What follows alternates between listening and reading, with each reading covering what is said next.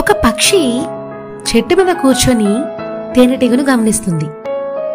దాని కష్టాన్ని చూసి ఆ పక్షి తేనెటీగను ఇలా అడుగుతుంది, తేనెటీగ, నువ్వు ఎంతో కష్టపడి పువ్వు దగ్గర సంపాదించి పోగేసిన తేనెను మనిషి తీసుకెళ్లిపోతాడు, నీకు బాధగా లేదా? అందుకు తేనెటీగ నవ్వుతూ, తేనె సంపాదించడం ఒక కళ. మనిషి నేను పోగేసిన తేనెని దొంగలించగలడు, కాని నా కళను దొంగలించలేడు. నేను మళ్ళీ సంపాదించగలను అనే నమ్మకం నాకున్నప్పుడు బాధపడి కాళ్ళని వృధా చేసుకోవడం అవసరమా అని సమాధానమిచ్చిందంట. సో మనకి మన మీద నమ్మకం ఉన్నప్పుడు ఎవరెన్నన్నా మన టాలెంట్ ఏదో మనకుంటుంది. దాన్ని మర్చిపోకండి. Be strong. ఓకే.